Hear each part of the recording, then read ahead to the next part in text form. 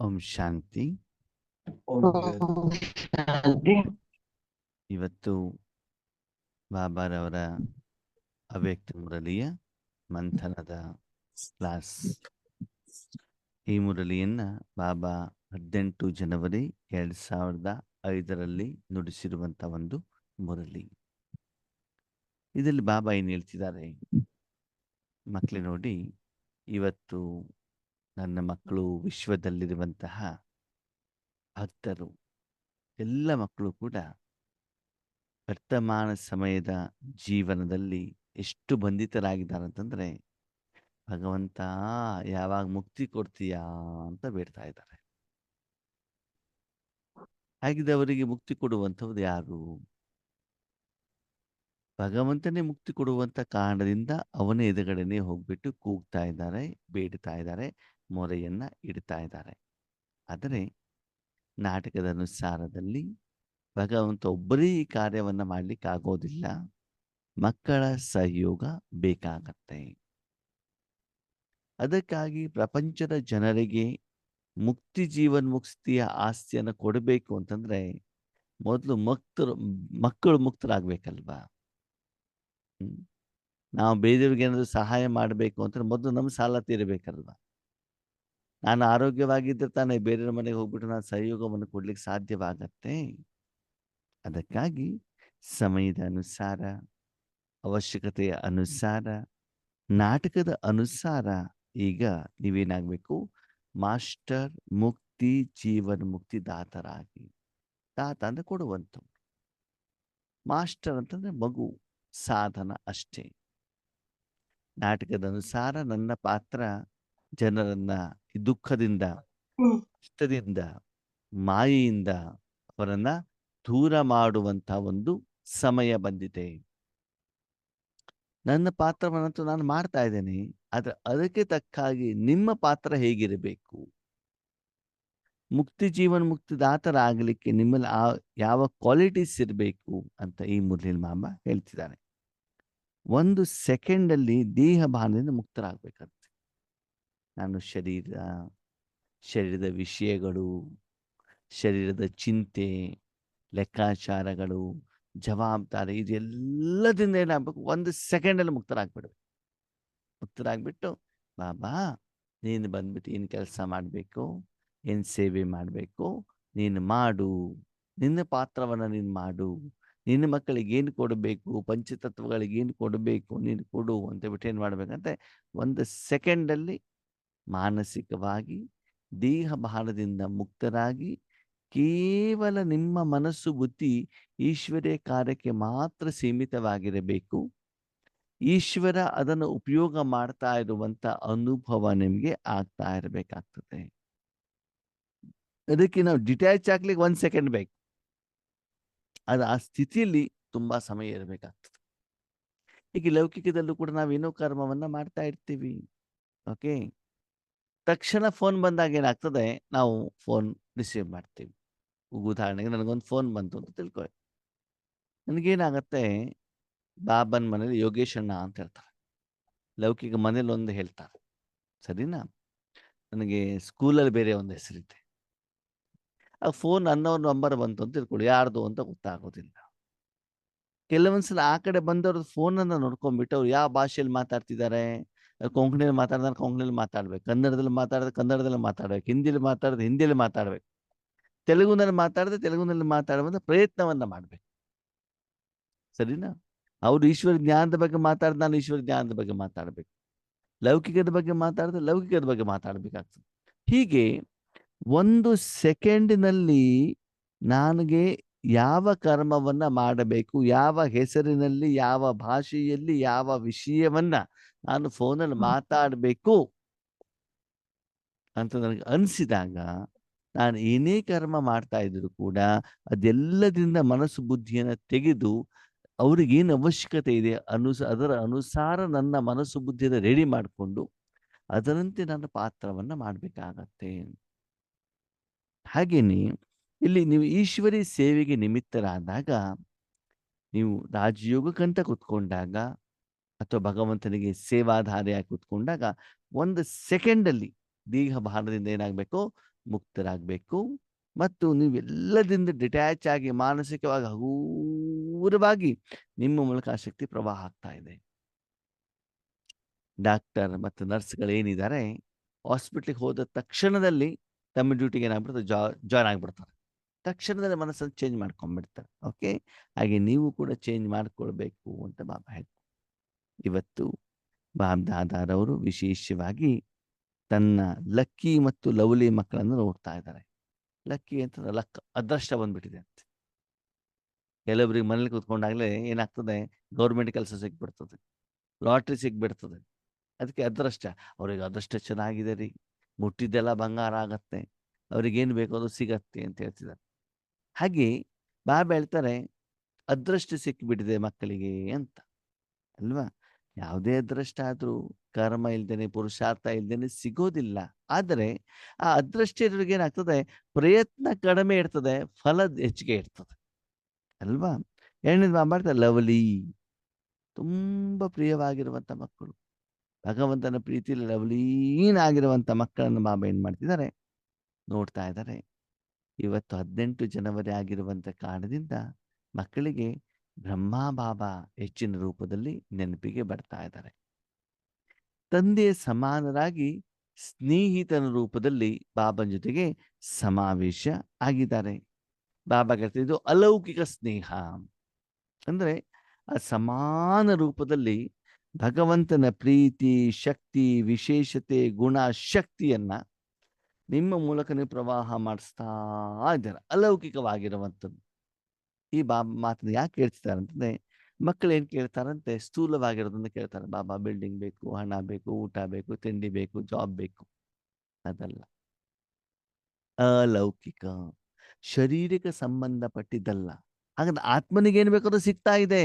ಆದರೆ ನಿರಾಕಾರವಾಗಿರುವಂಥ ಸಪ್ತಗುಣಗಳು ಪರಮಾತ್ಮನಿಂದ ಸಿಗ್ತವೆ ಹೊರತು ಸ್ಥೂಲವಾಗಿರುವಂತಹ ಶರೀರಕ್ಕೆ ಸಂಬಂಧಪಟ್ಟಂಥ ವಸ್ತುಗಳು, ವಿಷಯಗಳು ಅಲ್ಲ.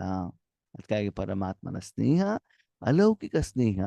ಆ ಸ್ನೇಹದಲ್ಲಿ ನಾವು ಮುಳುಗಬೇಕೇ ಹೊರತು ನಾಟಕದ ಅನುಸಾರ ಸಿಕ್ಕಿರುವಂತಹ ಉರ್ಲಾನ್ ಬೆಡ್ ಮೇಲೆ ಮಲ್ಕೊಂಡ್ವಿ, ಎ ಸಿ ಇತ್ತು ಅನ್ನೋರೆ, ಸೆಕೆ ತುಂಬ ಇತ್ತಾ, ಅದಕ್ಕೆ ಬೆಳಿಗ್ಗೆ ಅಮೃತ ವೇಳೆ ಎಚ್ಚರನೇ ಆಗಿಲ್ಲ ಅಂತ ಬಿಟ್ಟು ಇಂದ್ರಿಯ ಸುಖದಲ್ಲಿ ಮುಳುಗೋಗೋದಲ್ಲ ಅಂತ ಹೇಳ್ತಾರೆ. ಅದಕ್ಕಾಗಿ ನನ್ನ ಮಕ್ಕಳು ಅಲೌಕಿಕ ಸ್ನೇಹದಲ್ಲಿ ಏನಾಗಿದ್ದಾರೆ, ಮುಳುಗೋಗ್ಬಿಟ್ಟಿದ್ದಾರೆ. ಈ ಸ್ನೇಹನೇ ಮಕ್ಕಳನ್ನ ಏನಾಗಿದೆ, ತಂದೆಯವರನ್ನಾಗಿ ಮಾಡಿದೆ. ಈ ಕಾರಣದಿಂದ ನನ್ನ ಮಕ್ಕಳು ಸಹಜವಾಗಿ ವಿಜಯಿಗಳಾಗ್ತವೆ. ನೋಡಿ, ಯಾರ ಫ್ರೆಂಡ್ ಇರ್ತಾರೋ ಅವ್ರದ್ದು ನಾವು ಗದರಿಸಬಹುದು, ಅವ್ರದ್ದು ತಕ್ಷಣದಲ್ಲಿ ನಾವೇನ್ ಮಾಡ್ಬೋದು, ಸಮಸ್ಯೆಗೆ ಪರಿಹಾರವನ್ನ ತೆಗೆದುಕೊಳ್ಬಹುದು. ಅದಕ್ಕಾಗಿ ಪುನಃ ಪುನಃ ಬಾಬನ ಜೊತೆ ಮಾತಾಡ್ತಾ, ನಮ್ಮ ಸಮಸ್ಯೆಗಳನ್ನ ಹೇಳ್ತಾ, ಅವ್ರದ್ದು ಪರಿಹಾರ ತೆಗೆದುಕೊಡ್ತಾ, ಸಾಧನೆಯನ್ನ ಮಾಡ್ತಾ, ಈಶ್ವರ ಕಾರ್ಯಕ್ಕೆ ಸಹಯೋಗ ಕೊಡ್ತಾ ಕೊಡ್ತಾ ಹೋದಾಗ ನಾವೇನಾಗ್ತೀವಿ, ಸಹಜವಾಗಿ ವಿಜಯ ನಮ್ಮ ಜನ್ಮಸಿದ್ಧ ಅಧಿಕಾರ ಆಗ್ತದೆ. ಅದು ವಿಜಯ ಯಾರಿಗೆ ಸಿಗ್ತದೆ ಆದ್ಮೇಲೆ ನಾವು ಸದಾಕಾಲ ಬಾಬನ ಎದುರುಗಡೆ ಹೋಗ್ಬಹುದು. ಆದರೆ ಭಗವಂತ ನಮ್ಮನ್ನ ಉಪಯೋಗ ಮಾಡಿದರೆ ಮಾತ್ರ ನಮಗೆ ವಿಜಯ ಸಿಗ್ತದೆ ಅಲ್ವಾ. ಶ್ರೀಕೃಷ್ಣನ ಸಹಾಯಕ್ಕೆ ಪಂಚ ಪಾಂಡವರು ರೆಡಿ ಇದ್ರು. ಆದರೆ ಶ್ರೀಕೃಷ್ಣ ಹತ್ತಿರೋದು ಅರ್ಜುನ ರಥದಲ್ಲಲ್ವಾ, ಸದಾಕಾಲ ಇದ್ದಿದ್ದು ಅವನ ರಥದಲ್ಲಿ. ಹಾಗೆ ಯಾಕೆ ಶ್ರೀಕೃಷ್ಣ, ಈ ಅರ್ಜುನ ಇದಾನಲ್ಲ, ಶ್ರೀಕೃಷ್ಣನ ಸ್ನೇಹಿತನ ರೂಪದಲ್ಲಿ ವ್ಯವಹಾರವನ್ನ ಮಾಡ್ತಿದ್ರು, ಫ್ರೆಂಡ್ ರೂಪದಲ್ಲಿ ಅಲ್ವಾ. ಭಗವದ್ಗೀತೆಯಲ್ಲಿ ಅವರ ನಡುವಿನ ಸಂಭಾಷಣೆ ನೋಡಿದ್ರೆ ಗೊತ್ತಾಗತ್ತೆ.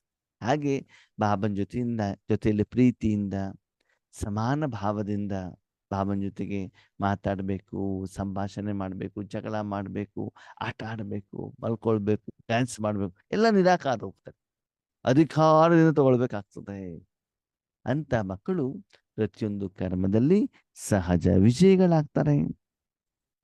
ಇವತ್ತು ಬೆಳಿಗ್ಗೆ ಅಂದ್ರೆ 18 ಜನವರಿ ಬೆಳಿಗ್ಗೆ ಎಲ್ಲ ಮಕ್ಕಳು ಮಾನಸಿಕವಾಗಿ ಸ್ನೇಹದ ಮಾಲೆಯನ್ನ ತಂದ್ಬಿಟ್ಟು ಬಾಬ್ ದಾದಾರವರ ಕೊರಳಿಗೆ ಹಾಕ್ತಾ ಇದ್ರಂತೆ.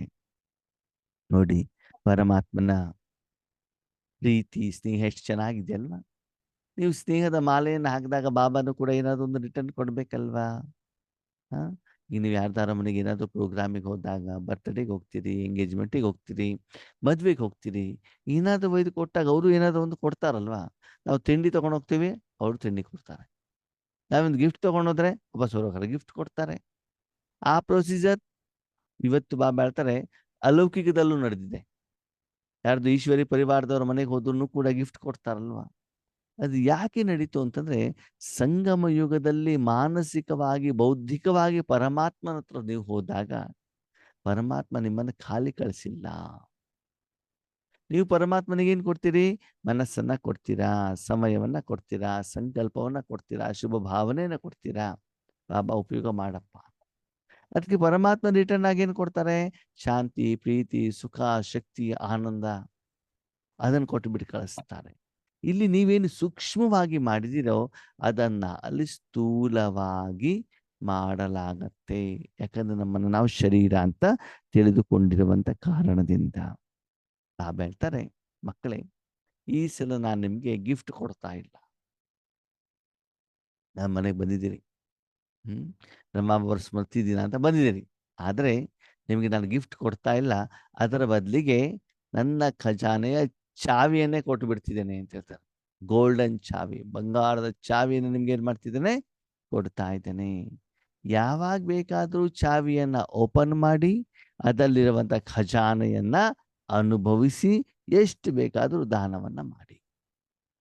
ಹಾಗೆ ಚಾವಿ ಯಾವುದು? ಬಾಬಾ ಹೇಳ್ತಾರೆ ಮೇರಾ ಬಾಬಾ.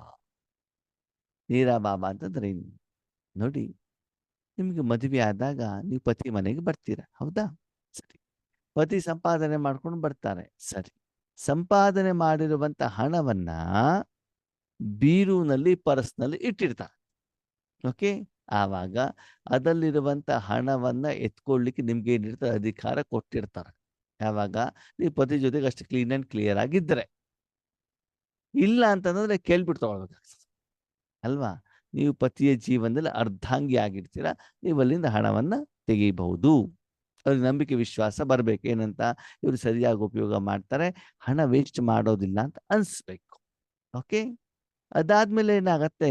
ಮುಂದೆ ನಂಬಿಕೆ ಬಂದಾಗ ಪೂರ್ತಿ ಕೀಯನ್ನೇ ಕೊಟ್ಬಿಡ್ತಾರೆ, ಸಂಬಳ ನಿಮ್ಮ ಕೈಲಿ ತಂದು ಕೊಟ್ಬಿಡ್ತಾರೆ, ಏನ್ ಬೇಕಾದ್ರೂ ಮಾಡು ಅಂತ ಹೇಳ್ಬಿಟ್ಟು.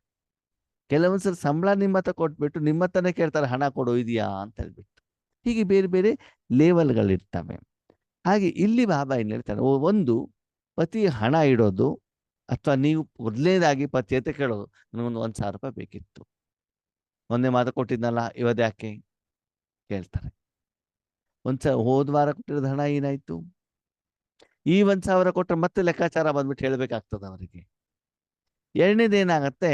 ಹಣವನ್ನ ಕೊಡ್ತಾರೆ, ಏನೂ ಕೇಳಲ್ಲ, ಖರ್ಚು ಮಾಡ್ಕೊಂಡು ನೀವು ಬರಬೇಕು, ಶಾಪಿಂಗ್ ಮಾಡ್ಕೊಂಡು ಬರಬೇಕು.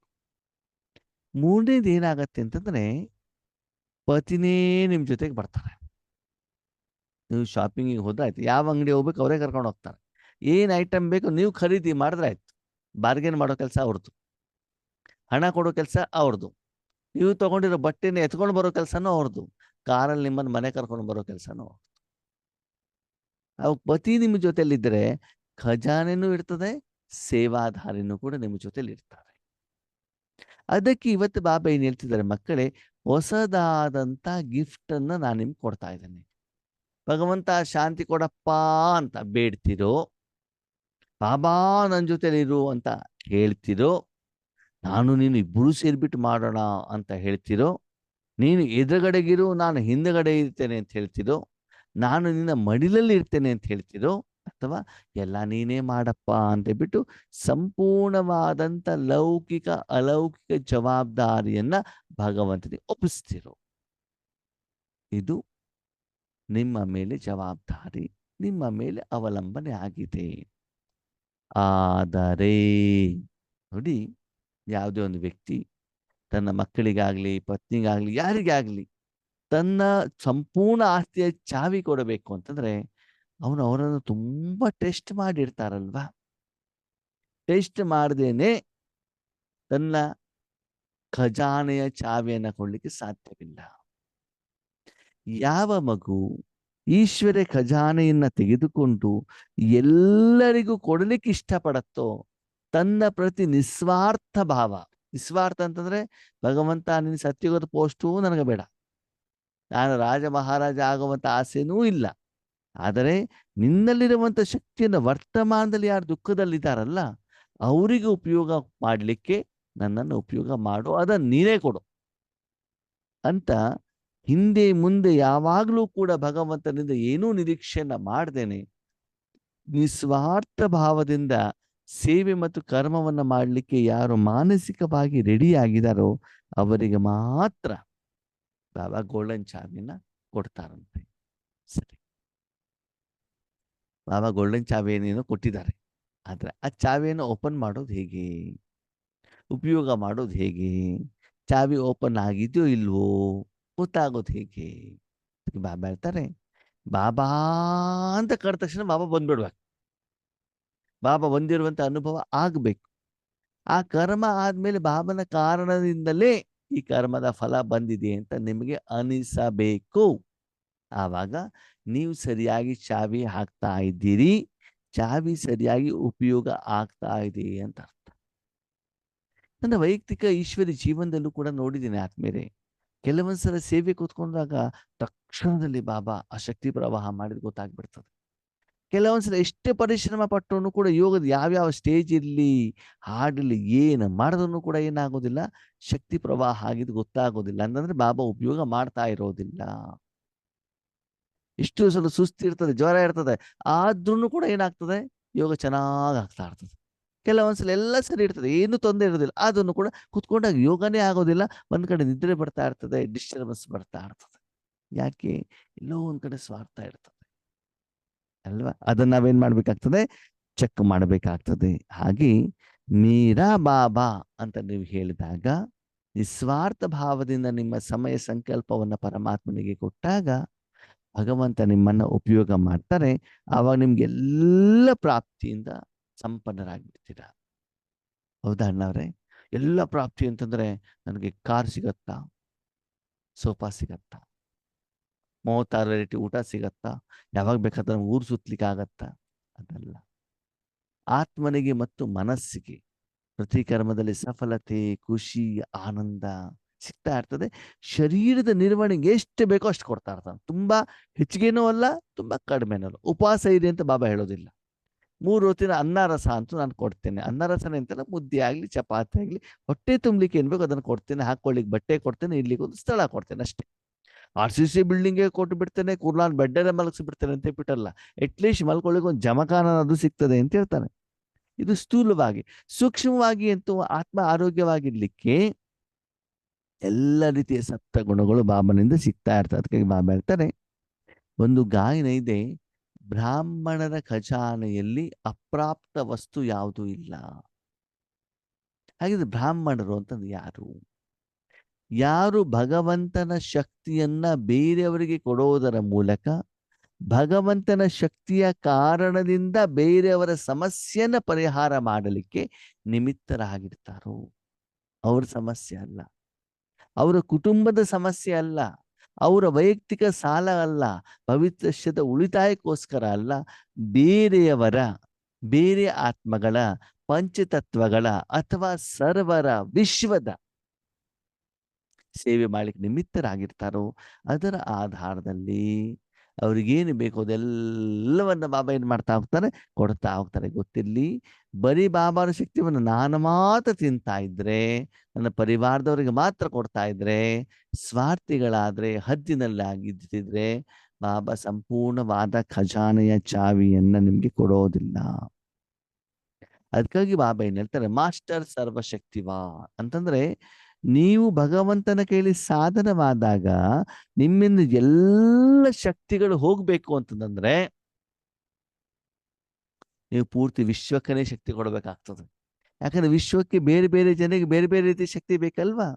ಅವಾಗ ಎಲ್ಲರಿಗೂ ಪಾಸ್ ಆಗ್ಬೇಕು ಅಂತಂದ್ರೆ ಭಗವಂತನ ಪಕ್ಕದಲ್ಲಿ ನೀವು ಹೋಲ್ಸೇಲ್ ಡೀಲರ್ ಆಗ್ಬೇಕು. ಆಮೇಲೆ ಲಿಟರಲ್ಲಿ ಯಾರು ಬೇಕಾದ್ರೂ ಕೊಟ್ಕೊಳ್ಳಿ, ಏನ್ ತೊಂದರೆ ಇಲ್ಲ.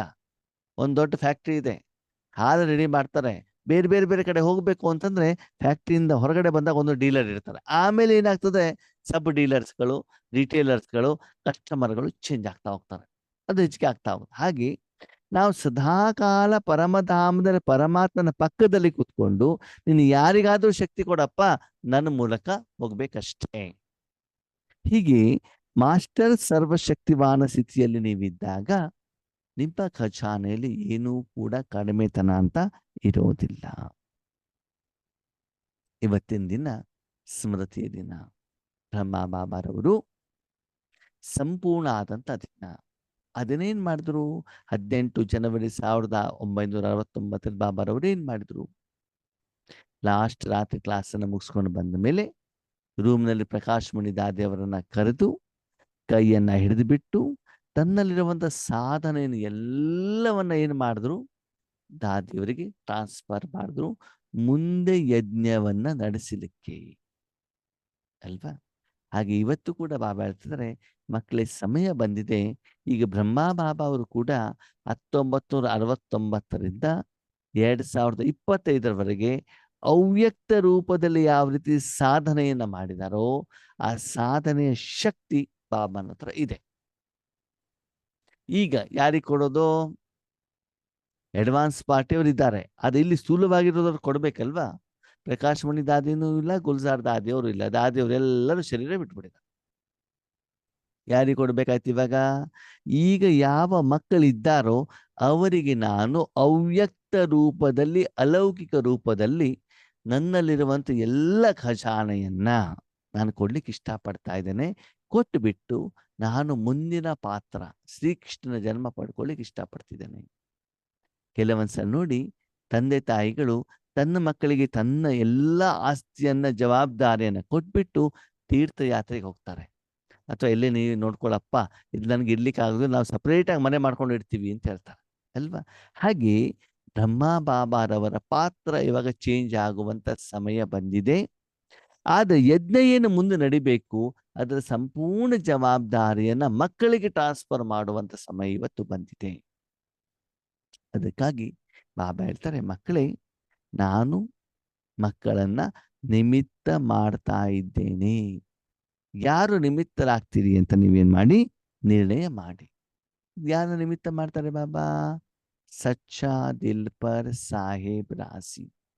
ಯಾರು ಸತ್ಯವಾಗಿರ್ತಾರೋ, ನಿಸ್ವಾರ್ಥವಾಗಿರ್ತಾರೋ, ನಿರ್ಮಾಣವಾಗಿರ್ತಾರೋ, ನಿರ್ಮಲವಾಗಿರ್ತಾರೋ, ನಿಮಿತ್ತವಾಗಿರ್ತಾರೋ ಅವರನ್ನು ನಾನೇನ್ ಮಾಡ್ತೇನೆ? ಆಯ್ಕೆ ಮಾಡ್ತೀನಿ ಅಂತ ಹೇಳ್ತಿದ್ದಾನೆ.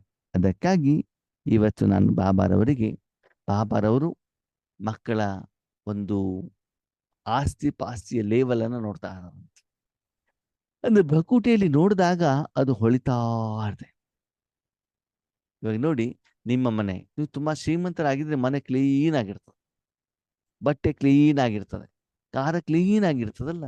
ಹಾಗೆ ನಿಮ್ಮ ಹತ್ರ ಎಷ್ಟು ಆಧ್ಯಾತ್ಮಿಕವಾಗಿ, ಆತ್ಮಿಕವಾಗಿ ಶಕ್ತಿಗಳು ಬರ್ತಾ ಹೋಗ್ತಾವೋ ಅಷ್ಟೇನಾಗ್ತಾ ಹೊಳಿತಾ ಇರ್ತದೆ. ಶರೀರ ನೋಡಿ ಆರೋಗ್ಯವಾಗಿದ್ದಾಗ ಒಳ್ಳೆಯದಲ್ಲಿ ಏನಿರ್ತದೆ? ಹೊಳಪಿರ್ತದೆ. ಓಕೆನೆ? ಅದನ್ನ ಅನಾರೋಗ್ಯ ಇದೆ, ಜ್ವರ ಬಂದಿದೆ, ನೋವಿದೆ ಅಂತಂದ್ರೆ ಮುಖ ಒಂದಿದೆ ಬಾಡೋದಂಗ ಆಗ್ತದೆ. ನಿದ್ರೆ ಸರಿಯಾಗಿ ಆಗಿಲ್ಲ, ಮುಖ ಬಾಡೋದಂಗ ಆಗತ್ತೆ. ಅದಕ್ಕಾಗಿ ಇಲ್ಲಿಯವರೆಗೆ ಮಕ್ಕಳು ಭಗವಂತನ ಕೊಡುವಂತ ಆಸ್ತಿಯಿಂದ ಆತ್ಮಿಕವಾಗಿ ಸಂಸ್ಕಾರದಲ್ಲಿ ಎಷ್ಟು ಆಸ್ತಿಯನ್ನು ಜಮಾ ಮಾಡ್ಕೊಂಡಿದ್ದಾರೆ, ಅದರ ಆಧಾರದಲ್ಲಿ ಮಕ್ಕಳ ಆತ್ಮ ಎಷ್ಟು ಹೊಳಿತಾ ಇದೆ ಅಂತ ಬಾಬಾ ಏನ್ ಮಾಡ್ತಿದಂತೆ? ಚೆಕ್ ಮಾಡ್ತಾ ಇದ್ದಾರಂತೆ. ಅದನ್ನು ನೋಡ್ಬಿಟ್ಟು ಇವತ್ತು ಬಾಬಾ ಮಕ್ಕಳಿಗೆ ಒಂದು ಹೊಸ ಜವಾಬ್ದಾರಿ ಕೊಡ್ತಿದ್ದಾರೆ. ಯಾವುದದು? ವಿಶ್ವದ ಸೇವೆ ಮಾಡುವಂತ ಜವಾಬ್ದಾರಿಯ ಕಿರೀಟವನ್ನ ಕೊಡ್ತಾ ಇದ್ದಾರೆ. ಹೇಗೆ ಪ್ರಕಾಶ್ ಮಣಿ ದಾದಿಯವರಿಗೆ ಯಜ್ಞವನ್ನ ಸಂಭಾಲನೆ ಮಾಡುವಂತ ಜವಾಬ್ದಾರಿಯನ್ನು ಕೊಟ್ಟಿದ್ರು. ಆಮೇಲೆ ಗುಲ್ಜಾರ್ ದಾದಿಯವರಿಗೆ ಅವ್ರ ಶರೀರವನ್ನ ಪ್ರವೇಶ ಮಾಡಿಬಿಟ್ಟು ಮುಂದೆ ಬಾಬಾರವರ ಮಿಲನ ಮಾಡುವಂತ ಜವಾಬ್ದಾರಿಯನ್ನು ಬಾಬಾ ಕೊಟ್ಟರು. ಜಾನಕಿ ದಾದಿಯವರಿಗೆ ಅವ್ಯಕ್ತ ಆದ್ಮೇಲೆ ವಿದೇಶದಲ್ಲಿ ಸೇವೆ ಮಾಡ್ಲಿಕ್ಕೆ ಹೇಗೆ ಜವಾಬ್ದಾರಿಯನ್ನು ಕೊಟ್ಟಿದ್ರು. ಹಾಗೆ ಇವತ್ತು ಈಗ ಇರುವಂತ ಬಾಬನ ಮಕ್ಕಳು ಯಾರಿದ್ದಾರೆ ಅವರಿಗೆ ವಿಶ್ವ ಸೇವೆಯ ಜವಾಬ್ದಾರಿಯನ್ನ ಇವತ್ತು ಪಟ್ಟಾಭಿಷೇಕ ಕಿರೀಟವನ್ನ ಇಡುವಂತ ಒಂದು ಸಮಯ ಬಂದಿದೆ. ಅಂತಹ ಉನ್ನತ ದರ್ಜೆಯ ಗಿಫ್ಟ್ ಅನ್ನ ನಾನು ನಿಮ್ಗೆ ಕೊಡ್ಲಿಕ್ಕೆ ಬಂದಿದ್ದೇನೆ ಅಂತ ಹೇಳ್ತಿದ್ದಾರೆ. ಅದಕ್ಕಾಗಿ ನಾವು ಏನ್ ಮಾಡ್ಬೇಕಾಗ್ತದೆ? ಬಾಬಾ ಏನ್ ಹೇಳ್ತಾರೆ? ವಿಶ್ವ ಸೇವೆ ಮಾಡ್ಬೇಕು ಅಂದ್ರೆ ಅದೊಂದು ಕ್ವಾಲಿಟೀಸ್ ಇರ್ಬೇಕಲ್ಲ, ಸ್ಮೃತಿ ಸ್ಥಿತಿ ಇರ್ಬೇಕಲ್ವಾ? ಅದಕ್ಕಾಗಿ ಆ ಸ್ಟೇಜ್ ಅಲ್ಲಿ ನೀವು ಕೂತ್ಕೊಂಡಾಗ, ಸ್ಟೇಜ್ ಅಂದ್ರೆ ಸ್ಥೂಲವಾದಂತ ಸ್ಟೇಜ್ ಅಲ್ಲ, ಶಾರೀರಿಕವಾಗಿ ಒಂದ್ ಕಡೆ ಯೋಗದಲ್ಲಿ ನೀವು ವಿಶ್ವ ಸೇವೆಗಂತ ಕೂತ್ಕೊಂಡಾಗ ಏನ್ ಮಾಡ್ಬೇಕು? 1 ಸೆಕೆಂಡ್ ಅಲ್ಲಿ ಶರೀರದಿಂದ ಭಿನ್ನವಾಗಿ ಬಾಬಾ ಅಲ್ಲಿ ಕೂತ್ಕೊಂಡಿದ್ದಾರೆ, ನಾನು ಕೇವಲ ಸಾಧನ ಅಷ್ಟೇ, ಅವರಿಗೆ ಎಲ್ಲಿ ಬೇಕು, ಏನು ಬೇಕು, ಎಷ್ಟು ಬೇಕು ಅದನ್ನು ಬಾಬಾ ಏನ್ ಮಾಡ್ತಿದ್ದಾರೆ, ಕೊಡ್ತಾ ಇದ್ದಾರೆ. ಕರನ್ ಕರಾವನ್ ಹಾರ್ ಕರಾರಹ ಹೈ. ಮಕ್ಕಳೇ, ಇಲ್ಲಿವರೆಗೆ ಏನಾಗಿತ್ತು, ಶರೀರ ತಾನು ಕೆಲಸ ಮಾಡ್ತೇನೆ ಅಂತ ಅನಿಸ್ತಾ ಇತ್ತು ಅಲ್ವಾ, ದೇಹ. ಈಗ ಗೊತ್ತಾಯ್ತು, ಇಲ್ಲ, ದೇಹ ಮಾಡ್ತಾ ಇಲ್ಲ, ಬರಗುಡಿಯಲ್ಲಿ ಕೂತ್ಕೊಂಡು ಆತ್ಮ ಮಾಡ್ತಾ ಇದೆ. ಆತ್ಮ ಕರಾವನ್ಹಾರ್, ಶರೀರ ಕರನ್ಹಾರ್ ಅಲ್ವಾ. ಈಗೇನ್ ಮಾಡಬೇಕು, ಆತ್ಮನ ಜಾಗದಲ್ಲಿ ಭಗವಂತನನ್ನ ಕಳಿಸ್ಬಿಟ್ಟು ಭಗವಾನ್ ಕರಾವನ್ಹಾರ್ ಮಾಡಿಸ್ತಾ ಇರುವಂತವ್ರು ಭಗವಂತ, ಮಾಡ್ತಾ ಇರೋರು ಯಾರು, ಆತ್ಮ ಹಿಡಿದೊಂದು ಸಾಧನ ಅಷ್ಟೇ. ಅಂದ್ರೆ ಭಗವಂತ ಕರ್ಮವನ್ನ ಮಾಡಬೇಕಾದ್ರೆ, ಅಲ್ಲಿ ಶಕ್ತಿಯನ್ನು ಕೊಡಬೇಕಾದ್ರೆ, ವಿಶ್ವ ಕಲ್ಯಾಣ ಮಾಡಬೇಕಾದ್ರೆ, ನೀನು ಮಧ್ಯದಲ್ಲಿ ಚೈತನ್ಯ ಶಕ್ತಿಯಾಗಿ ಭಗವಂತನಿಗೆ ಪ್ರಶ್ನೆ ಕೇಳೋದಾಗ್ಲಿ, ಅವನ ಕೆಲಸದಲ್ಲಿ ತೊಂದರೆ ಕೊಡೋದಾಗ್ಲಿ, ವಿಘ್ನ ಬರೋದಾಗ್ಲಿ, ಅಡ್ಡ ಬರೋದಾಗ್ಲಿ ಮಾಡಕೂಡದು. ಸುಮ್ಮನೆ ಒಲೆ ಮೇಲೆ ಪಾತ್ರೆ ಇದೆ, ಬೆಂಕಿ ಒಲೆ ಆ ಒಂದು ಪಾತ್ರೆಯಿಂದ ಒಳಗಡೆ ಹೋಗ್ತಾ ಇದೆ ಅಷ್ಟೇ. ಕೇವಲ ಸಾಧನವಾಗಬೇಕೇ ಬಿಟ್ಟರೆ ಬೇರೆ ಏನು ಕೂಡ ಆಗಬಾರ್ದು. ಆ ಪಾತ್ರೆಯಲ್ಲಿ ಬಾಬಾ ಸಾಂಬಾರಾದರೂ ಮಾಡಲಿ, ಟೀನಾದರೂ ಮಾಡಲಿ, ಕಾಫಿನಾದರೂ ಮಾಡಲಿ, ಪಾಯಸನಾದರೂ ಮಾಡಲಿ, ಏನು ಬೇಕಾದರೂ ಮಾಡಲಿ, ಕೇವಲ ಬೆಂಕಿಯಿಂದ ಬಿಸಿ ಟ್ರಾನ್ಸ್ಫರ್ ಆಗ್ತಾ ಇದೆಯಲ್ಲ ಅಷ್ಟು ಮಾತ್ರ ನೋಡಬೇಕು. ಈ ರೀತಿ ನೀವೇನು ಮಾಡಬೇಕಾಗ್ತದೆ, ಬಾಬನಿಂದ ಎಲ್ಲ ಕರ್ಮವನ್ನು ನೀವು ಮಾಡಿಸ್ಬೇಕಾಗ್ತದೆ. ಇದನ್ನು ನೀವು ಒಂದು ವೇಳೆ ಮಾಡಿಸಿದ್ದೇ ಆದ್ರೆ ಏನಾಗ್ತದೆ ಅಂತಂದ್ರೆ, ನಿಮ್ಮಲ್ಲಿ ನಿಮಿತ್ತ ಭಾವ ಬರ್ತದೆ. ಯಾಕಂದ್ರೆ ನಾನು ಮಾಡೇ ಇಲ್ವಲ್ಲ, ಬಾಬೆ ತಾನೇ ಮಾಡಿರೋದು, ನಾನು ಸಾಧನ ಅಷ್ಟೇ. ಆ ರೀತಿ ನಿಮಿತ್ತ ಭಾವ ನಿಮ್ಮಲ್ಲಿ ಬರ್ತದೆ.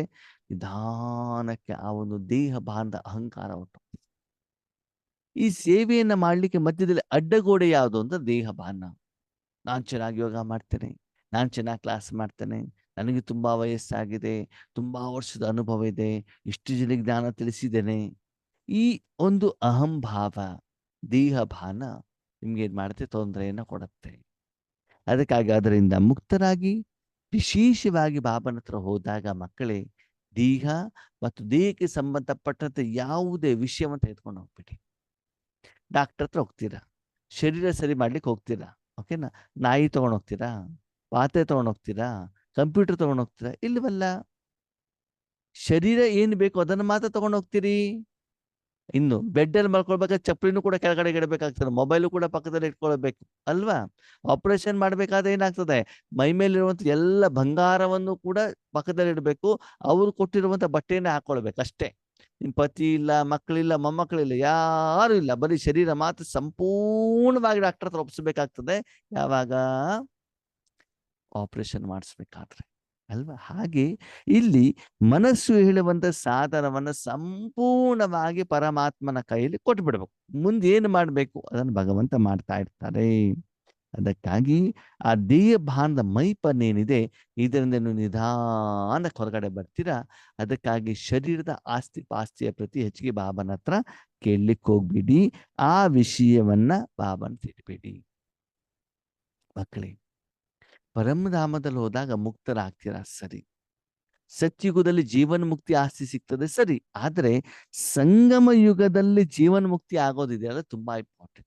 ಯಾಕೆ, ಸಂಗಮ ಯುಗದಲ್ಲಿ ವಿಪರೀತವಾದಂಥ ಕಷ್ಟ, ಟೆನ್ಷನ್ನು, ಚಿಂತೆ, ಲೆಕ್ಕಾಚಾರ, ನೋವು, ವಿಕರ್ಮ ಇದೆ. ಇಂಥ ಸಮಯದಲ್ಲಿ ಮನಸ್ಸಿನ ಆಧಾರದಿಂದ, ಈಶ್ವರಿ ಜ್ಞಾನದ ಆಧಾರದಿಂದ ಜೀವನ್ ಮುಕ್ತರಾಗೋದಿದೆಯಲ್ಲ ಅದು ತುಂಬಾ ಗ್ರೇಟ್. ಅದಕ್ಕಾಗಿ ಈಗ ಜೀವನ ಮುಕ್ತರಾಗಿದ್ದೀರಾ. ಹೆಂಗಾಗೋದು, ಬಾಬಾ ಇಷ್ಟೆಲ್ಲ ಕೆಲಸ ಇದೆ, ಮನೆ ಕೆಲಸ ಮಾಡಬೇಕು, ಅಡುಗೆ ಮಾಡಬೇಕು, ಮಕ್ಕಳ ಮದುವೆ ಮಾಡಬೇಕು, ಮಕ್ಕಳ ಶಿಕ್ಷಣ ಇದೆ, ಪ್ರತಿದಿನ ಕಸ ಗುಡಿಸ್ಬೇಕು, ಪಾತ್ರೆ ತೊಳಿಬೇಕು, ಇಷ್ಟೆಲ್ಲ ಮಾಡಬೇಕಾದ್ರೆ ಜೀವನ ಮುಕ್ತರಾಗೋದು ಹೇಗೆ. ಅದಕ್ಕೆ ಬಾಬಾ ಹೇಳ್ತಾರೆ, ಬ್ರಹ್ಮ ಬಾಬಾ ನೋಡಿದ್ರಲ್ವಾ, ಎಷ್ಟೊಂದು ಜವಾಬ್ದಾರಿ ಇತ್ತು, ಎಷ್ಟು ದೊಡ್ಡ ಸಂಸಾರ ಇತ್ತು, ಅಷ್ಟು ದೊಡ್ಡ ಸಂಸಾರವನ್ನು ಅವ್ರು ನಿರ್ವಹಣೆ ಮಾಡಬೇಕು, ತಮ್ಮ ಜೀವನವನ್ನು ನಡೆಸಬೇಕು, ಶಾರೀರಿಕವಾಗಿ ಕಾಯಿಲೆನೂ ಕೂಡ ಇತ್ತು, ತನ್ನ ಪುರುಷಾರ್ಥನೂ ಮಾಡಬೇಕು, ಬಂದಿರುವಂಥ ಎಲ್ಲ ಮಕ್ಕಳನ್ನ ಫರಿಷ್ಠೆಯಿಂದ ದೇವತೆಗಳನ್ನಾಗಿ ಮಾಡಬೇಕು. ಇಷ್ಟೆಲ್ಲ ಜವಾಬ್ದಾರಿ ಇದ್ರೂ ಕೂಡ ಬಾಬಾ ನಿಶ್ಚಿಂತ ಚಕ್ರವರ್ತಿ ಆಗಿದ್ರಲ್ವಾ. ಯಾಕೆ, ಆ ಎಲ್ಲ ಕರ್ಮವನ್ನ ಬ್ರಹ್ಮ ಬಾಬಾ ಶಿವಬಾಬನ ಹತ್ರ ಮಾಡಿಸಿದ್ರು.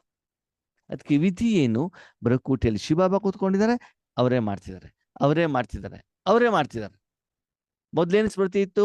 ಪ್ರಕೃತಿಯಲ್ಲಿ ಆತ್ಮ ಕೂತ್ಕೊಂಡಿದೆ, ಆತ್ಮ ಮಾಡ್ತಾ ಇದೆ. ಇವಾಗ ಏನ್ ಮಾಡ್ಬೇಕು? ಪ್ರಕೃತಿಯಲ್ಲಿ ಬಾಪ್ ದಾದ ಕೂತ್ಕೊಂಡಿದ್ದಾರೆ, ಅವರೇ ಮಾಡ್ತಿದ್ದಾರೆ, ಅವರೇ ಮಾಡ್ತಿದ್ದಾರೆ, ಅವರೇ ಮಾಡ್ತಿದ್ದಾರೆ. ಹಾ, ಅವರೇ ಮಾಡ್ತಿದ್ದಾರೆ ಅಂದ ಮಾತ್ರಕ್ಕೆ ಅವರೇ ಮಾಡ್ತಾರೆ ಅಂತ ಅರ್ಥ ಅಲ್ಲ, ನೀವೇ ಮಾಡ್ಬೇಕು. ಆದ್ರೆ ಬಾಪ್ ದಾದ ಮಾಡ್ತಾ ಇದ್ದಾರೆ ಅಂತ ತಿಳ್ಕೊಂಡು ಮಾಡಿದರೆ ಭಗವಂತನ ಶಕ್ತಿ ಸಹಾಯ ನಿಮಗೆ ಗೊತ್ತಾಗ್ತದೆ. ಈಗ ನಿಮ್ಮ ಮನೇಲಿ ಪತಿ ಇದ್ದಾರೆ ಅಂತಂದ್ರೆ ಪತಿ ಇಷ್ಟವಾಗಿರೋದೇ ತಾನೇ ಆಹಾರ ಮಾಡ್ತೀರಾ, ಆ ಭಯಭಕ್ತಿಯಿಂದ ಅಡಿಗೆ ಮಾಡ್ತಾ ಇರ್ತೀರಾ. ಹಾಗೇನೆ ಭಗವಂತ ಅಲ್ಲಿದ್ದಾರೆ ಅಂತಂದ್ರೆ ಒಂದು ಶ್ರೀಮತ, ಒಂದು ನಿಯಮ, ಒಂದು ಗೌರವ ಹೇಳುವಂತ ನಿಮ್ಮ ಮನಸ್ಸಿನಲ್ಲಿ ಇರಬೇಕಾಗ್ತದೆ. ಅದಕ್ಕಾಗಿ ಎಲ್ಲ ಕರ್ಮದಿಂದ ನೀವೇನಾಗ್ಬೇಕು? ಬಂಧನ ಮುಕ್ತರಾಗಬೇಕು. ಈ ರೀತಿ ಪ್ರತಿಯೊಂದು ಕರ್ಮದಲ್ಲಿ ನಿಶ್ಚಿಂತ ಚಕ್ರವರ್ತಿಗಳಾಗಬೇಕು ಅಂತಂದ್ರೆ 1 ಸೆಕೆಂಡ್ನಲ್ಲಿ ದೇಹ ಭಾರದಿಂದ ಮುಕ್ತರಾಗಿ. ನಾನು ದೇಹ ಹೇಳೋದನ್ನ ಮರ್ತು ಬಿಡಿ, ದೇಹಕ್ಕೆ ಸಂಬಂಧಪಟ್ಟಂತ ಎಲ್ಲ ವಿಷಯದಿಂದ ಮುಕ್ತರಾಗಿ ನಾನು ಕೇವಲ ಭಗವಂತನ ಕೈಲಿ ಒಂದು ಸಾಧನ ಅಷ್ಟೇ. ನಿಮ್ಗೆ ಇಷ್ಟವಾಗಿರುವಂತ ಶಾಪಿಂಗ್ ಮಾಡ್ತೀರಿ, ಸೀರಿಯಲ್ ನೋಡ್ತೀರಿ ಅಂತಂದ್ರೆ ಬೇರೆ ಎಲ್ಲದಿಂದ ಮನಸ್ಸಿಗೆ ಡಿಟ್ಯಾಚ್ ಆಗಿರ್ತದೋ ಹಾಗೆ ವಿಶ್ವ ಸೇವೆ ಸಮಯದಲ್ಲಿ ಕೇವಲ ಪರಮಾತ್ಮನ ಶಕ್ತಿ ಮಾತ್ರ ನಿಮ್ಮಿಂದ ಹೋಗ್ತಾ ಇದೆ. ಆತ್ಮನು ಕೂಡ ಪರಮಾತ್ಮನ ಶಕ್ತಿಯನ್ನ ಟ್ರಾನ್ಸ್ಫರ್ ಮಾಡ್ಲಿಕ್ಕೆ ಒಂದು ಸಾಧನ. ಹಂಗಂದ್ರೆ ಹೇಗೆ ಆತ್ಮೀಯರೇ? ನೋಡಿ, ನಿಮ್ಮಲ್ಲಿ ಅಡಿಗೆ ಮಾಡ್ತೀರಾ ಅಂತ ತಿಳ್ಕೊಳ್ಳಿ. ನಿಮ್ಮಲ್ಲಿ ನೆಂಟರು ಬಂದಿದ್ದಾರೆ, ನಿಮ್ಮನೆಗೆ ಯೋಗೇಶನ ಬರ್ತಾರೆ. ಬಂದಾಗ ನೀವೇನ್ ಮಾಡ್ತೀರಾ? ಅಣ್ಣವ್ರೆ ಇದನ್ನು ಒಯ್ದ್ಬಿಟ್ಟು ಅವ್ರಿಗೆ ಕೊಡಿ ಅಂತ ಹೇಳ್ತೀರಾ. ನೀವೇನು ಕೊಟ್ಟಿದ್ದೀರೋ ಅದನ್ನು ಕೊಡೋದಷ್ಟೇ ಕೆಲಸನೇ ಹೊರತು ಇದನ್ನು ಟೀ ಮಾಡಿದ್ದೀರಾ ಅಕ್ಕವ್ರೆ, ಕಾಫಿ ಮಾಡಿದ್ದೀರಾ, ವಿತ್ ಶುಗರ, ವಿದೌಟ್ ಶುಗರ, ಅವ್ರಿಗೇನು ಬೇಕಂತೆ, ಅವ್ರು ಯಾರು, ನಿಮ್ಗೇಂಗ್ ಪರಿಚಯ, ಎಷ್ಟು ಬಂದಿಂದ ಪರಿಚಯ, ಯಾಕೆ ಬಂದಿದ್ದಾರೆ, ಇದೆಲ್ಲ ನೀವು ಕೇಳಬಾರ್ದು. ಅವ್ರು ಕೊಟ್ಟಿದಾರ, ತಗೊಂಡೋಗೋದು, ಕೊಡೋದು ಅಷ್ಟೇ, ಮಾತಾಡುವಂಗಿಲ್ಲ. ಏನು ಕೊಟ್ಟಿದಾರೋ ತಗೊಂಡೋಗಿ ಕೊಡೋದು. ಹಾಗೆ ವಿಶ್ವ ಸೇವೆ ಮಾಡಬೇಕಾದ್ರೆ ಅಲ್ಲಿ ಭಗವಂತನೇ ಸಂಪೂರ್ಣವಾಗಿರಬೇಕೇ ಹೊರತು ಆ ಸ್ಥಿತಿಯಲ್ಲಿ 3 ಲೋಕ ಕಾಣ್ತಾ ಇದೆ, ಭೂಮಿ ಕಾಣ್ತಾ ಇದೆ, ನನ್ನಿಂದ ಕಿರಣ ಹೋಗ್ತಾ ಇದೆ, ಅವ್ರಿಗೆ ಹೋಗ್ಬಿಟ್ಟು ತಲುಪ್ತಾ ಇದೆ, ಸಂಕಲ್ಪನೂ ಬರಕೂಡದು, ಆ ಕಿರಣಗಳನ್ನ ನೋಡ್ಲೂಬಾರದು. ಅದಕ್ಕೋಸ್ಕರ ಮನಬುದ್ಧಿಯನ್ನು ಉಪಯೋಗನೂ ಮಾಡಬಾರದು. ಕೇವಲ ಮನಸ್ಸು ಬಾಬನಲ್ಲಿದೆ, ಶಕ್ತಿ ಹೋಗ್ತಾ ಇದೆ, ಅನುಭವ ಅಷ್ಟೇ, ಅಲೌಕಿಕ ರೂಪದಲ್ಲಿ, ನಿರಾಕಾರ ರೂಪದಲ್ಲಿ. ಅಂದ್ರೆ ಆತ್ಮದ ಸಂಪೂರ್ಣ ಶಕ್ತಿಯನ್ನ, ಮನಸ್ಸಿನ ಅಟೆನ್ಷನ್ ಅನ್ನ ಬಾಬನ ಕೈಲಿ ಕೊಡ್ಬೇಕು. ಸಂಕಲ್ಪ ಮಾಡುವಂಗಿಲ್ಲ, ಯಾಕಂದ್ರೆ ಸಂಕಲ್ಪ ನಾನ್ ಮಾಡೋದಿಲ್ವಲ್ಲ. ಇವಾಗ ನೋಡಿ, ನೀವು ತಿಂಡಿ ಕೊಟ್ಟಿದ್ದೀರಿ, ಒಯ್ದು ಕೊಡೋದಷ್ಟೇ ಕೆಲಸನೇ ಹೊರತು ಅದೇನು, ಅದರ ಹೆಸರೇನು, ಯಾಕೆ ಕೊಡಬೇಕು, ಇದು ನನ್ನ ಕೆಲಸ ಅಲ್ಲ. ಕೊಡೋದಷ್ಟೇ, ಗಮನ ಇಟ್ಟಾಯ್ತು. ಏನು ಗಮನ? ಇಲ್ಲಿ ತಗೊಂಡು ಹೋಗ್ಬೇಕು, ಅಲ್ಲಿ ಕೊಡಬೇಕು ಅಷ್ಟೇ. ಹಾಗೆ ವಿಶ್ವ ಸೇವೆಯಲ್ಲಿದ್ದಾಗ ನಿಮ್ಮ ಮನಸ್ಸು ಬಾಬನ ಜೊತೆಯಲ್ಲಿದೆ ಅಷ್ಟು ಮಾತ್ರ ನಿಮ್ಗೆ ಗೊತ್ತಾಗ್ಬೇಕು ಹೊರತು ಬೇರೆ ಯಾವುದೇ ಕಾರ್ಯದಲ್ಲಿ ನಿಮ್ಮ ಗಮನ ಇರಬಾರ್ದು. ನಾನು ಇದನ್ನು ಮಾಡಿದಾಗ ಈ ಸಮಸ್ಯೆ ಪರಿಹಾರ ಆಗತ್ತೆ, ಬಾಬಾ ಇದನ್ನು ಮಾಡಿದಾಗ ನಾನು 21 ದಿನ ಯೋಗ ಮಾಡ್ತೇನೆ, ಅವಾಗ ಈ ಸಮಸ್ಯೆಗೆ ಪರಿಹಾರ ಸಿಗ್ಲಿ ಹೇಳುವಂತ ಒಂದು ಇಚ್ಛೆಯನ್ನ, ಆಸೆಯನ್ನ ಇಟ್ಕೊಳ್ಬಾರ್ದು. ಓಕೆ, ಬಾಬಾ ಹೇಳ್ತಾರೆ, ಮಕ್ಕಳೇ ಇಂಥ ಕೆಲಸವನ್ನ ತಾವು ಮಾಡ್ಲಿಕ್ಕೆ ರೆಡಿ ಇದ್ದೀರಾ? ಇಷ್ಟು ಯೋಗ್ಯರಾಗ್ಲಿಕ್ಕೆ ರೆಡಿ ಇದ್ದೀರಾ? ಆ ರೀತಿ ಮಾಡಿದಾಗ ಹೆಂಗಿರತ್ತೆ ಅಂತಂದ್ರೆ ನೋಡಿ, ನಿಮ್ಮ ಹತ್ರ ಒಂದು ಕೈ ಇದೆ ತಾನೆ, ಅದು ನಿಮ್ಮ ಮಾತನ್ನು ಕೇಳತ್ತಲ್ವಾ?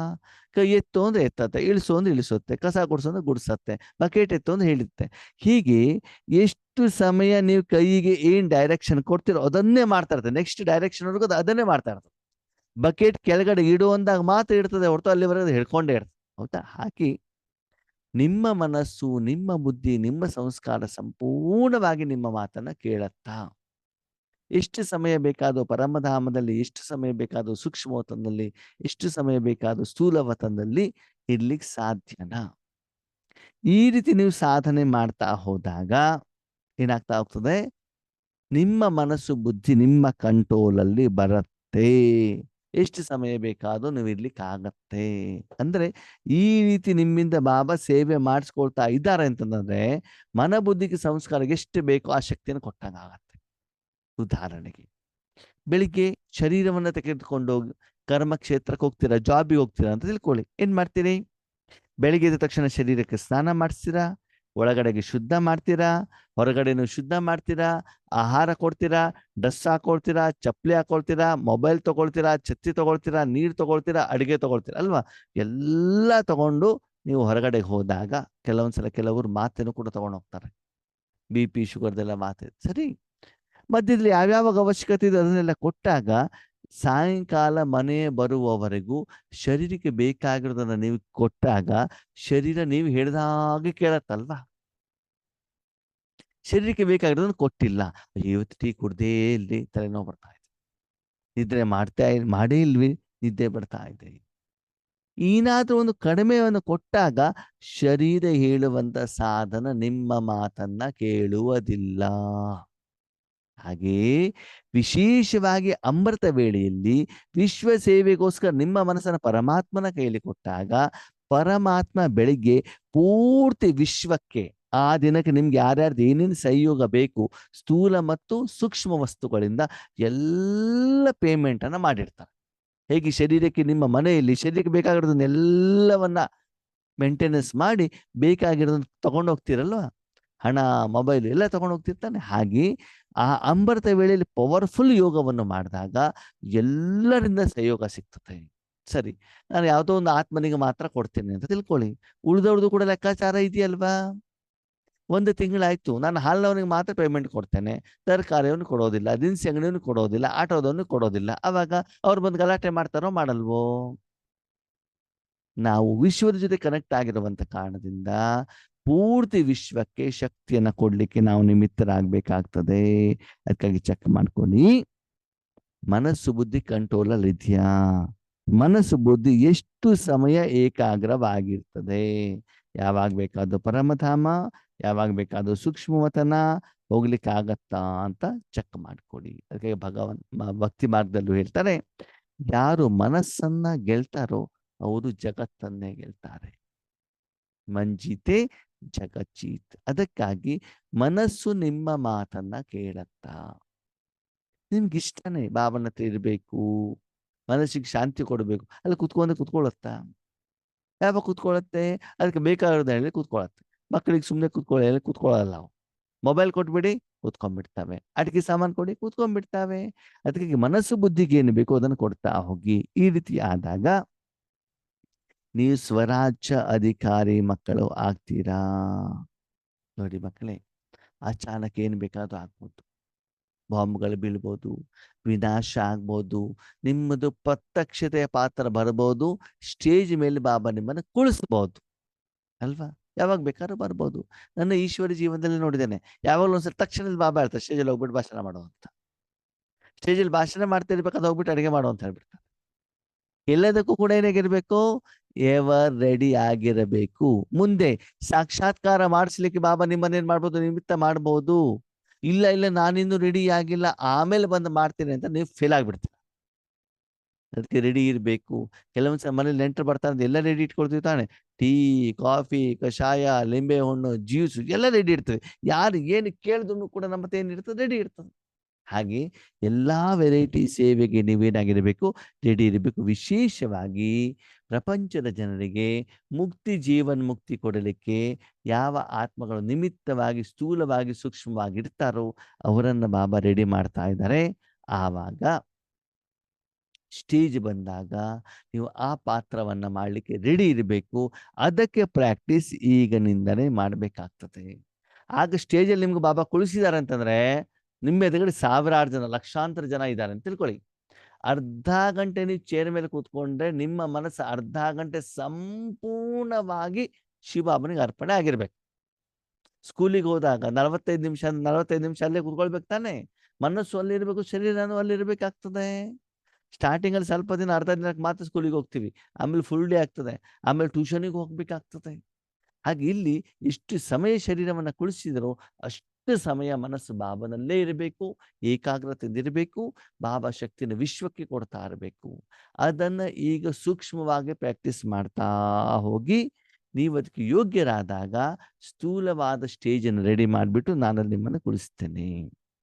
ಅದಕ್ಕಾಗಿ ಬಾಬಾ ಹೇಳ್ತಾರೆ, ಇವತ್ತು ಮಕ್ಕಳು ಬಾಬನ ಹತ್ರ ಸಂಭಾಷಣೆ ಮಾಡ್ತಿದ್ರಂತೆ, ಕೆಲವರು ಕಂಪ್ಲೇಂಟ್ ಮಾಡ್ತಿದ್ರಂತೆ, ಕೆಲವೊಬ್ಬರು ಸ್ನೇಹಿತರ ರೂಪದಲ್ಲಿ ಆತ್ಮಿಕ ಸಂಭಾಷಣೆ ಮಾಡ್ತಿದ್ರಂತೆ. ಕೆಲವೊಬ್ಬರು ತಂದೆ ಸಮಾನ ಉಮಂಗ ಉತ್ಸಾಹದಿಂದ ಸೇವೆಗೆ ನಿಮಿತ್ತರಾಗಿದ್ರು. ಎಲ್ಲ ವೆರೈಟಿ ಮಕ್ಕಳು ಕೂಡ ಇದ್ರು. ಅವರಿಗೆ ತಕ್ಕಾಗಿ ಏನ್ ಮಾಡ್ತಿದ್ದೇನೆ, ಶಕ್ತಿಯನ್ನ ಕೊಡ್ತಾ ಇದ್ದೇನೆ ಅಂತ ಹೇಳ್ತಾರೆ ಬಾಬಾ. ಬೆಳಗಿಂದ ಬಾಬನಿಗೆ ಶುಭಾಶಯವನ್ನ ಕೊಡ್ತಾ ಇದ್ದಾರಂತೆ. ಎಲ್ಲಾ ಕಡೆಯಿಂದ ಮೂಲೆ ಮೂಲೆಯಲ್ಲಿರುವಂತ ಮಕ್ಕಳು, ಊರಿನಲ್ಲಿರುವಂತ ಮಕ್ಕಳು, ಬಂಧನದಲ್ಲಿರುವಂತ ಮಾತೆಯರು, ವಿಲಾಪ ಕಂಪ್ಲೇಂಟ್ ಮಾಡುವಂಥವ್ರು, ಅಯ್ಯೋ ಬಾಬಾ ಹಿಂಗಾಗ್ಬಾರ್ದಿತ್ತಲ್ಲ, ಹಿಂಗಾಗ್ಬೇಕಿತ್ತಲ್ಲ, ಇಷ್ಟು ವರ್ಷ ಅದು ಏನೂ ಅನುಭವ ಆಗ್ತಾ ಇಲ್ವಲ್ಲ ಅಂತ ಹೀಗೆ ಕೂಗ್ತಾ ಇರುವಂತ ಮಕ್ಕಳನ್ನ ಬಾಬಾ ನೋಡಿದಂತೆ, ನಿಮ್ದೆಲ್ಲ ನೆನಪು ಪ್ರೀತಿ ನಮ್ಗೆ ತಲುಪಿದೆ. ಆದ್ರೆ ಮಕ್ಕಳೇ, ಇಷ್ಟೆಲ್ಲ ವರ್ಷ ನನ್ನಿಂದ ಪಾಲನೆ ಪಡ್ಕೊಂಡಿದ್ದೀರಲ್ವಾ, ಇವಾಗ ರಿಟರ್ನ್ ಕೊಡುವಂತ ಸಮಯ ಆಗಿದೆ. ಅದಕ್ಕಾಗಿ ಏನ್ ಮಾಡಿ, ತಮ್ಮನ್ನ ತಾವು ಚೇಂಜ್ ಮಾಡ್ಕೊಳ್ಳಿ. ವಿಶ್ವದ ಸ್ಟೇಜ್ನಲ್ಲಿ ಭಗವಂತನನ್ನ ಪ್ರತ್ಯಕ್ಷ ಮಾಡಿಸ್ಲಿಕ್ಕೆ ನಿಮಿತ್ತರಾಗಿ. ಹದ್ದನ್ನ ನೋಡಬೇಡಿ, ಬೇಹದ್ದನ್ನ ನೋಡಿ. ವಿಶ್ವದ ಬಗ್ಗೆನೇ ಸದಾ ಗಮನ ಇರ್ಲಿ. ಅದಕ್ಕಾಗಿ ಯಾರು ಈ ಕರ್ಮವನ್ನ ಮಾಡ್ತಾರೋ ಅವ್ರಿಗೆ ನಾನೇನ್ ಮಾಡ್ತಾನೆ, ಗಿಫ್ಟ್ ಅನ್ನ ಕೊಡ್ತೇನೆ ಅಂತ ಹೇಳ್ತಿದ್ದಾರೆ ಬಾಬಾ. ಆ ಗಿಫ್ಟಿಗೆ ನಾವು ಯೋಗ್ಯರಾಗಿದ್ದೀವ ಅಂತ ಚೆಕ್ ಮಾಡ್ಕೊಳ್ಳಿ. ಸ್ಕೂಲಲ್ಲೂ ಕೂಡ ಯಾರು ರ್ಯಾಂಕ್ ಹೋಲ್ಡರ್ಸ್ ಇರ್ತಾರಲ್ಲ, ಅವ್ರಿಗೆ ಏನ್ ಸಿಗ್ತದೆ, ಗಿಫ್ಟ್ ಸಿಗ್ತದೆ. ಓಕೆ, ಸರಿ. 4 ಕಡೆಯ ಸ್ನೇಹಿ ಲವಲೀನ ಮಕ್ಕಳಿಗೆ ಸದಾ ದಯಾರದಿಗಳಾಗಿ ಪ್ರತಿಯೊಂದು ಆತ್ಮನನ್ನ ದುಃಖ ಅಶಾಂತಿಯಿಂದ ಮುಕ್ತರನ್ನಾಗಿ ಮಾಡುವಂತಹ ಶ್ರೇಷ್ಠ ಆತ್ಮರಿಗೆ ಸದಾ ತಮ್ಮ ಮನಸ್ಸು ಬುದ್ಧಿ ಸಂಸ್ಕಾರವನ್ನ ಕಂಟ್ರೋಲ್ ಮಾಡುವಂತಹ ಮಹಾವೀರ ಆತ್ಮರಿಗೆ ಸದಾ ಸಂಗಮಯುಗದ ಜೀವನ್ಮುಕ್ತ ಸ್ಥಿತಿಯನ್ನ ಅನುಭವ ಮಾಡುವಂತ ತಂದೆ ಸಮಾನ ಮಕ್ಕಳಿಗೆ, ಆತ್ಮಗಳಿಗೆ ಬಾಬ್ದಾದಾರವರ ಪದಂ ಗುಣ ನೆನಪು, ಪ್ರೀತಿ ಮತ್ತು ನಮಸ್ತೆ. ಸರಿ, ಓಂ ಶಾಂತಿ.